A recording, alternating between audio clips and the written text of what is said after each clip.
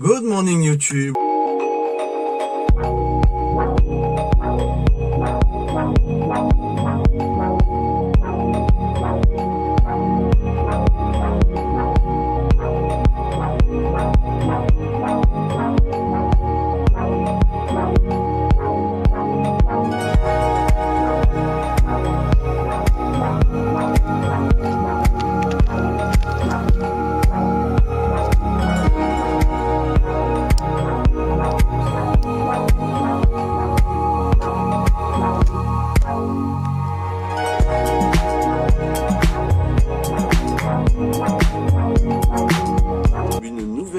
Importante sur l'énergie, je suis sûr que tu vas l'aimer parce qu'on va un petit peu voir les bons côtés, les mauvais côtés de chaque chose dont aujourd'hui on discute, c'est-à-dire les onduleurs hybrides. Alors qu'est-ce que c'est, pourquoi c'est bien, c'est pas bien, les nouveaux régulateurs MPPT qui font e-manager.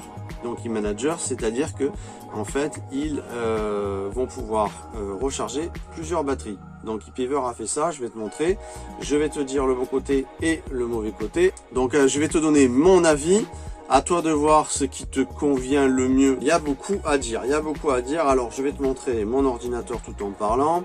On va regarder ça, c'est parti. Donc ePiver a sorti un nouveau régulateur qui n'est pas encore commercialisé en Europe. Alors comment ça marche? Tu as un petit écran avec le camping-car, donc c'est très sympathique. J'ai un copain qui l'a pris, il est très content, qui s'appelle Seb, petit coucou à toi. Alors ce régulateur est donc un peu e-manager, c'est-à-dire qu'il va recharger ta batterie cellule et ta batterie porteur. Alors tu vas te dire, ouais, c'est génial, un régulateur qui fait tout, il n'y a pas besoin d'acheter d'e-manager, tout ça.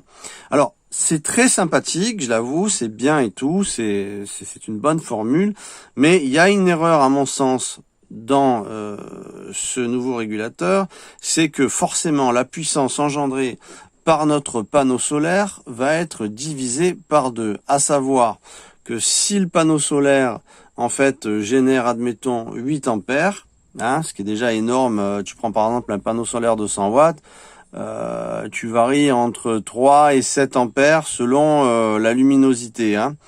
Donc l'hiver, admettons tu arrives à rentrer 4 ampères, ce qui est énorme pour un 100 watts en hiver, c'est déjà pas mal. Bien tu vas avoir ta puissance qui va être divisée par 2. Pourquoi? Parce que ces régulateurs MPPT ont une fonction MOSFET qui fait que si tu veux, tu vas avoir la puissance en entrée en ampérage qui va être découpée en 2, d'accord? Parce qu'ils remplissent en même temps les 2 batteries. Ça nous fait donc peut-être 2 ampères sur chaque batterie.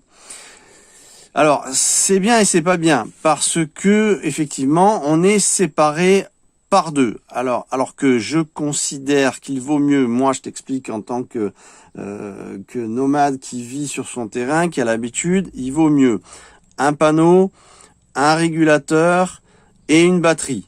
D'accord? C'est le mieux. Si tu fais ce système-là, c'est sympa, ça va marcher quand même, mais dans un plan autonomie, tiens, il y a une bagnole, une petite mobilette qui passe, c'est pas grave, eh bien, tu vas être condamné parce que le mieux, en fait, c'est de rentrer le maximum de puissance d'un panneau sur un régule et sur une batterie. Il n'est pas question de perdre du temps. 2 ampères, c'est 2 ampères qu'on a besoin en étant autonome, ou même si tu es en déplacement avec ton camping-car ou avec ton véhicule aménagé, que sais-je, tu vas avoir besoin de toute la puissance que tu peux prendre. Donc ce que je conseille plutôt, c'est pas cette formule. Cette formule, elle est sympa, mais moi, je pense qu'elle est, si tu veux, diminuée dans sa puissance. Alors que je vous conseille plutôt d'aller voir mes liens dans la description de la vidéo avec mon matériel et aller voir mon régulateur MPPT qui est l'ancien ePiver, qui lui donc va recharger une batterie, on est d'accord, mais par contre qui fait un travail colossal. C'est-à-dire que quand par exemple je rentre 4 ampères, comme il est MPPT, donc il va chercher la meilleure courbe d'ensoleillement, je rentre entre 5,2, il me rajoute à peu près 1 ampère 2, 1 ampère 5 de plus. Il va bien faire son travail parce qu'il est individualisé. Et là, dans ce contexte-là, il est diminué pour faire encore plus via 2 batteries. Ce qui veut dire quoi? Ce qui veut dire que finalement, tes batteries, elles vont pas vraiment se recharger dans la journée, surtout l'hiver, parce que ça sera encore une fois coupé par 2. Je pense que ce contexte est très sympa, l'écran est très sympa, le régulateur a de la gueule, c'est sympa, c'est pas cher non plus, hein, tu peux choper ça sur les sites chinois, il n'y a pas de problème. Mais à mon sens, c'est se mettre une balle dans le pied. Le mieux, si tu veux arriver à avoir un maximum d'énergie, ne prends pas ce genre de régulateur. Prends plutôt l'e-Piver qu'il y a dans la description, parce qu'il fait un travail colossal. Ça fait plusieurs années que je l'ai, qui marche vraiment bien. Il est un Victron est à peine, mais alors vraiment, vraiment très peu plus puissant. Faut pas exagérer non plus. Les nuances sont infimes. Et par contre, la différence de prix est colossale. Donc après, chacun voit midi à sa porte. Moi, je trouve que l'e-Piver est largement suffisant, fait un rôle colossal dans le travail de la régulation en MPPT. Alors maintenant, je vais te parler d'autre chose. Je vais te parler des onduleurs hybrides. Alors voilà qu'est-ce que c'est un onduleur hybride? Comment ça fonctionne? Un onduleur hybride, c'est une petite boîte, si tu veux. C'est une grosse boîte, parce que là elle est petite, mais bon, c'est un gros appareil qui est grand appareil, à peu près comme l'ordinateur portable que tu vois. Et puis tu as un écran qui est pratique, qui va te dire l'énergie rentrée, la conso, la programmation, il y a tout. C'est assez sympa. Tu as juste, toi, dans ce contexte, à brancher tes panneaux, d'accord, et tes batteries. Alors que dans un contexte où tu es habituellement, que je retrouve, voilà, quand tu dois, par exemple, là, tu détailles tout, on est d'accord, mais c'est quand même mieux. C'est-à-dire que là, tu as un branchement panneau qui va dans le régulateur, tu as un branchement batterie qui va au régulateur, d'accord, et tu as également ton convertisseur à brancher sur la batterie. Là, ça y est pas dans le schéma, mais alors que dans l'hybride, tu as tout. C'est-à-dire que l'hybride, il a un onduleur. Un onduleur, c'est un convertisseur. Hein. Donc, tu as le convertisseur qui est à l'intérieur, tu as le régulateur qui est à l'intérieur. Tout ce que tu as à faire, c'est brancher tes panneaux et tes batteries. Hop, après, tu te branches, comme sur le schéma, tu te branches sur l'hybride pour avoir du 220 et faire fonctionner des ventilos, des frigos, ou comme moi, une pompe de fourrage, ceci, cela. Or, là, on a un problème. Bon, pour ce qui est du prix, je vais en parler après. Là, on a un problème, c'est quoi? C'est que on a une puissance délivrée de 1000 watts en 12 volts. En général, en 12 volts, on n'arrive pas à avoir plus de puissance. D'accord? 1000 watts, moi par exemple, dans mes demandes à moi, c'est pas suffisant, ça va pas le faire. Hein. Puisque ma pompe de forage demande 1200-1300 en crête, je vais être condamné. Il y a un gros défaut sur l'hybride, je vais t'en parler après aussi. Je vais continuer dans le prix, c'est-à-dire que le prix là est assez raisonnable, puisque si nous on achète un onduleur, un régulateur, effectivement on va s'approcher, un bon régulateur, on va s'approcher de ce prix-là. Mais on aura un convertisseur pur sinus qui va jusqu'à 3000 watts pour le même prix. Donc là déjà il y a une faille au niveau du prix par rapport au matos. Alors sur ce modèle, on dit que le pur sinus est là, d'accord? Donc ça va très bien sur celui-là. Mais par exemple, sur celui-ci, on a un autre hybride qui est en 24 volts. Et les 24 volts sont souvent plus boostés sur l'ondulateur, sur le convertisseur. On a 3000 watts. Mais si tu regardes, tu n'as pas forcément d'informations sur la courbe, c'est-à-dire si c'est un pur sinus ou un quasi-sinus, tu n'as pas d'informations. Et même en regardant dans la description détaillée, j'ai pas trouvé d'informations. Donc attention, parce qu'il se peut que le prix soit attractif. Bam, j'ai un 3000 watts, un MPPT, tout ça, 24 volts, c'est sympa. Il y en a qui s'installent en 24 volts. Tu mets un bon 24 volts en panneau solaire, ça va très bien. C'est pas mal, mais là, on ne sait pas trop si on est en pure wave ou pas, si on est en pur sinus ou pas. Donc attention les enfants, méfiez-vous de bien savoir ce qu'il en est. Dans ce cas précis, c'est un pur sinus, donc c'est mentionné, donc il n'y a pas de raison. Mais on n'a que 1000 watts, d'accord? Donc on est dans des prix très haut par rapport à ce que moi je propose dans la description de la vidéo. Je t'invite à aller voir mon convertisseur qui est indescriptible, qui fait 188 € livré et qui va jusqu'à 80 000 watts avec une courbe pure sinus qui est fantastique parce que moi j'utilise depuis plus de 6 ans. Il est indestructible, j'arrête pas de lui tirer dessus avec la pompe de forage et tous les jours j'arrose une demi-heure sans compter mes demandes personnelles. Maintenant on va parler des défauts. Il y a un défaut, que ce soit dans cette hybride, dans l'autre, et croyez-moi, j'en ai vu qui ont monté ça dans leur camion et dans leur camping-car. C'est bien parce que c'est pratique, hein. C'est un truc très, il y a tout dedans, donc c'est formidable comme concept. Mais il y a une erreur. Je te donne la donne, je te reprends à l'image et je t'explique.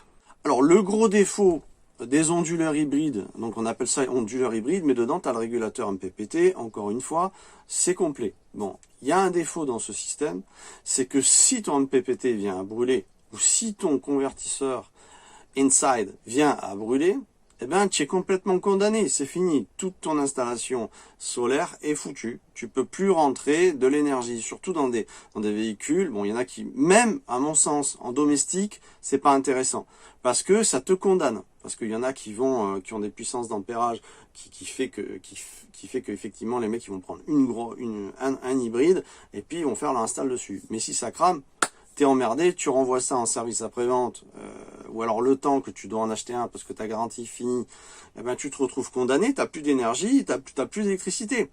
Donc c'est pas un bon plan pour moi d'acheter un système complet, hybride, convertisseur, MPPT. Ça vaut pas le coup parce que t'es embêté en cas de problème. Donc je t'explique, véritablement, si tu veux faire une bonne installation solaire, si tu veux bénéficier de l'expérience dont j'ai acquis ici à Neverland en faisant vraiment du solaire, eh bien c'est structurer ton install. À savoir que moi par exemple, sur le Ferry Dust, mon camping-car, j'ai 2 installations solaires. Tu vois, pendant que je te parle, je suis en train de recharger mon ordinateur. Ce petit boîtier, je te le mets en lien aussi dans la description parce que il transforme le 12 en 19 et quelques pour recharger les batteries de ton ordinateur portable et donc tu passes pas par du 220. Donc ça, si tu l'as pas, franchement, tu te mets une balle dans le pied en énergie. Il faut vraiment l'avoir. Donc, encore une fois, le résultat de tout ça, de cette vidéo, la description de cette vidéo, et le compte rendu, c'est de détailler ton matériel. 2 installations, ou 3 s'il faut. Moi, ça me dérangera pas d'avoir 3 installations. Donc du solaire, alors pas forcément un panneau, hein, 2, 3, du solaire qui envoie de l'énergie dans un régulateur, qui envoie de l'énergie dans une batterie, hein, d'accord, que tu choisiras la technologie de ta batterie, et tu détailles comme ça. Donc là, tu as une source d'énergie, par exemple, pour ta cellule, et puis encore du solaire, donc ça peut être un panneau ou plusieurs, un régulateur MPPT, je te conseille dans la description l'e-Piver que je propose, qui est pas cher et qui est une bombe atomique, et qui va faire son maximum pour une autre batterie, d'accord. Donc là tu auras 2 énergies, c'est-à-dire que quand moi j'ai une énergie qui est basse, crac, je passe sur une autre. Et de ce fait, eh ben, j'ai toujours de l'énergie. Parce que c'est totalement mieux puisque chaque solaire, chaque matos, chaque panneau envoie de l'énergie dans une batterie. Et donc, tu as toujours une batterie qui est mieux chargée. D'accord? Ainsi de suite. Voilà. Donc, moi, vraiment, ce que je propose, c'est pas ces systèmes e-manager, c'est pas découper la régulation en 2. C'est une perte, c'est dommage. C'est bien, tu dis, putain, c'est génial, ça va me remplir tout, mais c'est une perte. Franchement, au niveau énergétique, c'est dommage. Je trouve que c'est dommage. Par exemple, ton régulateur e-Piver, le nouveau régulateur e-Piver qui va remplir 2 batteries en même temps, si lui il tombe en panne, tu es complètement condamné. Donc c'est une erreur en fait de vouloir avoir un appareil qui fait tout. C'est pas bon. Faut détailler un panneau, un régulateur, une batterie. Ça m'est arrivé d'avoir un régulateur qui tombe en panne. Crac, j'avais l'autre solaire. J'étais super content. Pour ce qui est du de l'onduleur, j'ai fait aussi l'expérience, malheureusement, quand il y en avait un qui tombait en panne, j'étais condamné. Donc maintenant, j'en ai toujours un deuxième, même s'il n'est pas pur sinus, c'est un quasi sinus, ça va quand même me dépanner en attendant de changer ou de passer en garantie mon convertisseur pur sinus. Voilà, c'est une grosse grossière erreur de vouloir avoir un appareil qui va structurer toute l'énergie de ton véhicule. Non. Les systèmes e-manager avec le retour, je trouve que c'est pas un bon plan. Les panneaux solaires envoient ce qu'ils envoient. Ils peuvent pas envoyer plus de puissance, même si le e-manager, il veut tout remplir. Tu comprends ça? Donc ça, on peut pas faire des miracles non plus.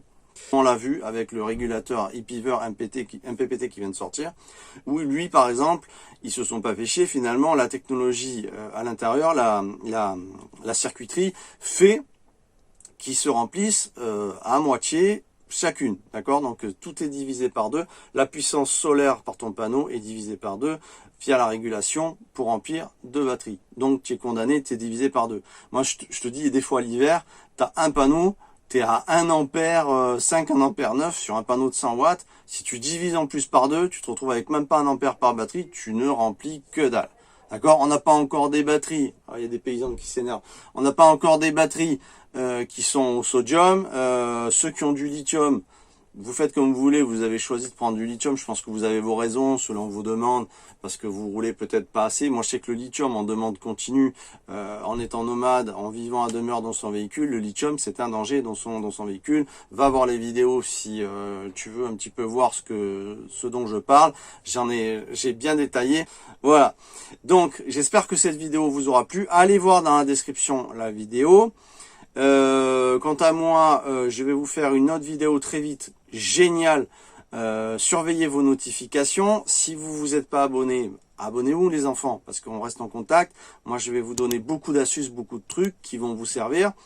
Faire des bilans de mon expérience ici en pleine nature. Tu verras, va voir un petit peu sur la vidéo d'accueil de ma chaîne, tu vas comprendre un petit peu ce que c'est cette chaîne. Tu me diras si ça te plaît. N'hésite pas à écrire un petit commentaire pour me dire voilà, j'ai aimé ça, je suis d'accord avec ça, je suis pas d'accord avec ça. Vas-y, il n'y a pas de problème, on est là pour converser. Et puis je vous fais cette vidéo bientôt. N'oubliez pas de rester sage et posez votre télécommande pour regarder la chaîne Neverland. À très vite les enfants. Ciao, ciao.